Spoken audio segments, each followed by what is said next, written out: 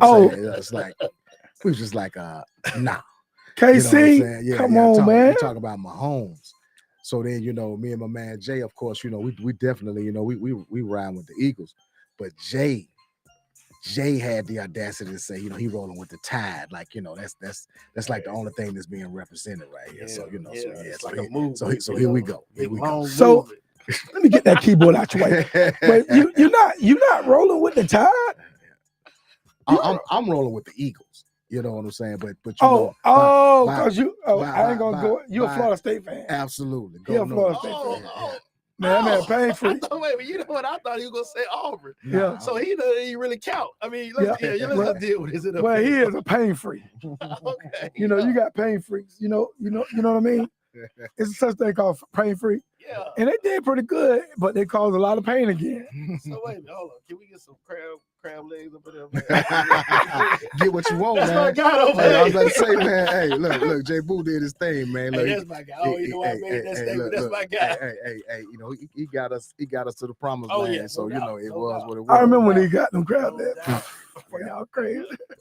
And then, but the crazy aspect of it all, man. Everybody knew, it was some underlying stuff behind that, man. Like that cat just wasn't wilding out like that for nothing, man. He come that cat come from a good family, man. Right. And some serious dog. You know what I'm saying? So saw him a month ago. Can we mention the restaurant? If not, I just asked. Yeah, okay. For sure. Yeah. Saw him in Breeze down in Lipscomb, Brighton area. We both were getting some liver and rice and pork chops. That's my guy. Yeah, that's my guy. Oh yeah, and good folks. Solid people. Real good folks, man, for sure. Yeah. How long you think he'll be in Tampa? Who? Who y'all talking about now? We talking about James. Okay. You talking about New Orleans? Yeah, I mean here in New Orleans now, right? Yeah. Man, if they had any sense, I don't even know what that was about this past year. I mean, my man. Because it seemed, go ahead. Played with fractures in his back, and you lose your position to the redhead assassin. I mean, I was just clueless. More so personal. You know what I'm saying? And then it's like, even if they let him go, he he signed a 2-year deal. So this next year is guaranteed. You know what I'm saying? So yeah. Like this, he said, you know what's beautiful? He said every Monday or Tuesday that Joker gets 700 plus.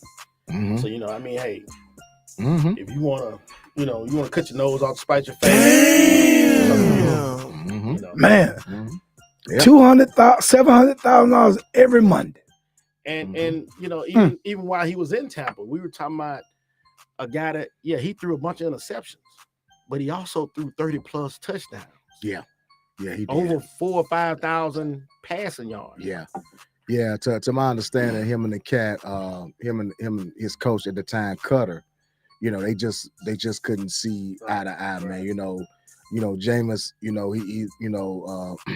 it's been said that he kind of freelance a little bit. He stayed within the system, but at the same time, if he sees something, he's a little more apt to try it. He'll do it and ask for forgiveness later. Right. So yeah.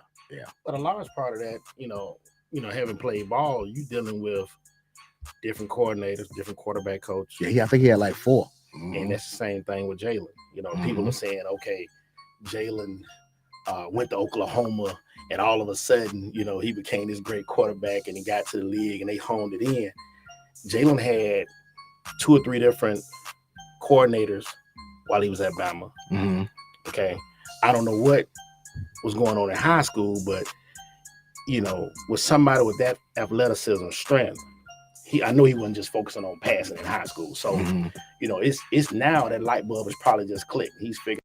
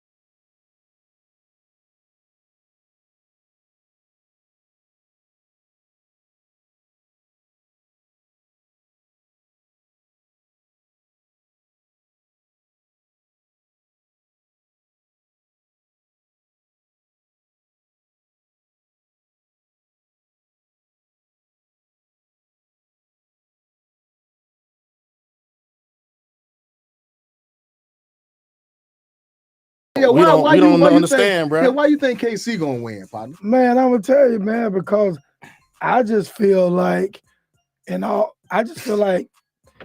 man been there, got the most experience. Mahomes been there, got the most experience, and I mean he's gonna be more hungry. Yeah, that's my opinion. Man, I how? think, huh? How for a cat that ain't never been before? Huh? You can't. I no. He's gonna be ready to. He's gonna be ready to taste that again. Because the last time he went, he didn't win. He ain't gonna win. He ain't gonna win. So he's ready was to running for his life the last Yeah, time. that's right. It's gonna be the same way. Yeah, He had a hell running of a for your life, performance. huh? Yeah, he had a hell of a performance, but Yeah. So I just feel like, man, the man with the most experience gonna take it home. That's my thought. I'm gonna eat my wings. Well, let me ask you that: have you guys had any conversation with some of your friends from the whole racial component? I mean, I know we have two in the Super Bowl. That's first time. Absolutely. I remember being a kid. I can't remember what, but it was Doug Williams and Elway. Exactly. And I had been pulling for the Broncos the entire year. Right. And I had an uncle in the family, man, and he's just like, kind of like in Jerry Maguire, where Cuba brother was like pro-black this, pro-black. Yeah. Oh yeah. And so I had that uncle, like it was just black everything. So how you pulling for the Broncos and Doug Williams?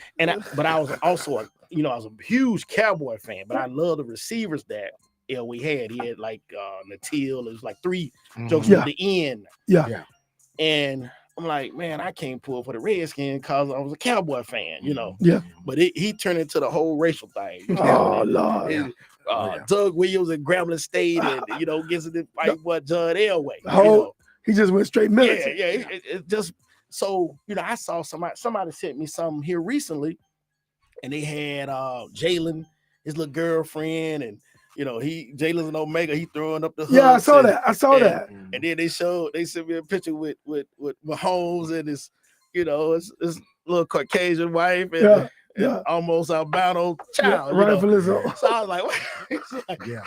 So I'm like, man, wait a minute, we turning the sports into this race. Yeah, it's been turned racist though. I mean, it's been have a component of some type of intertwine with race and race relation. I wouldn't even say it started with Kaepernick, but it really kind of, the fire was lit with Kaepernick, I would say. But to your point, man, I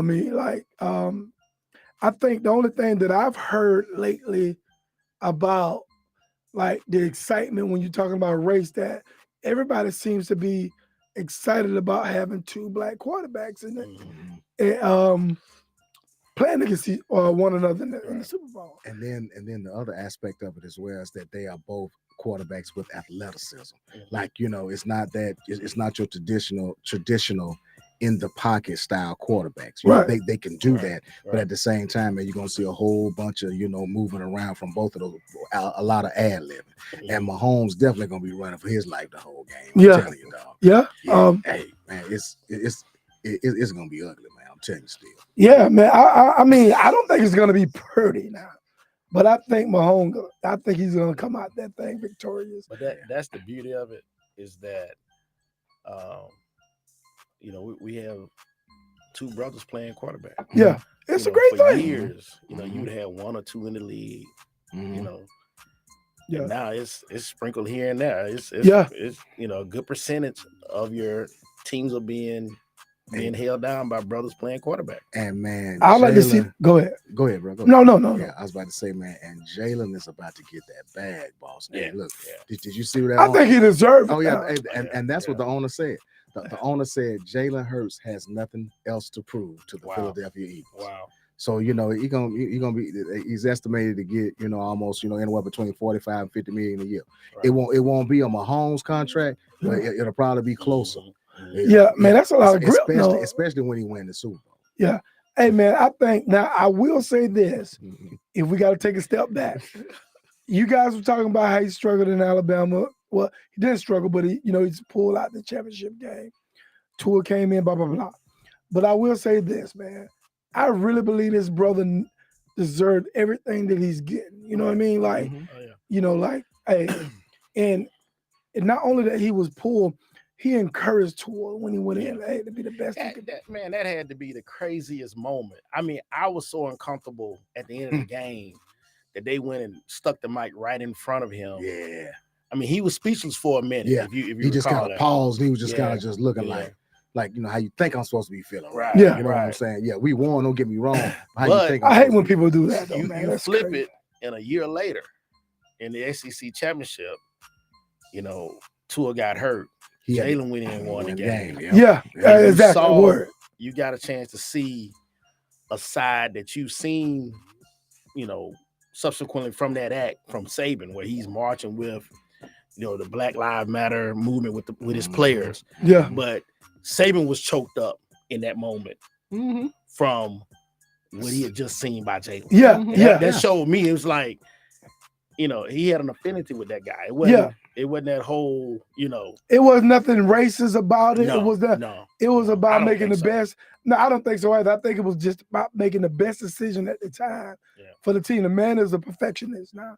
Yeah. You know, he's a perfectionist, and you know, you got to give him some credit. He don't play, man. He's about winning, and he does. I mean, you don't get with this guy.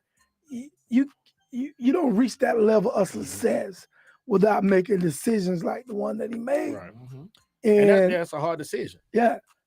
And this dude, man, is, when you mention college football, Nick Saban is the benchmark, so to speak. Everybody want to be Nick Saban. Everybody want to run their team. I'm not saying they want to be but they want that level of respect. They want that level of discipline, and they want that level of Nick Saban. You know what I mean?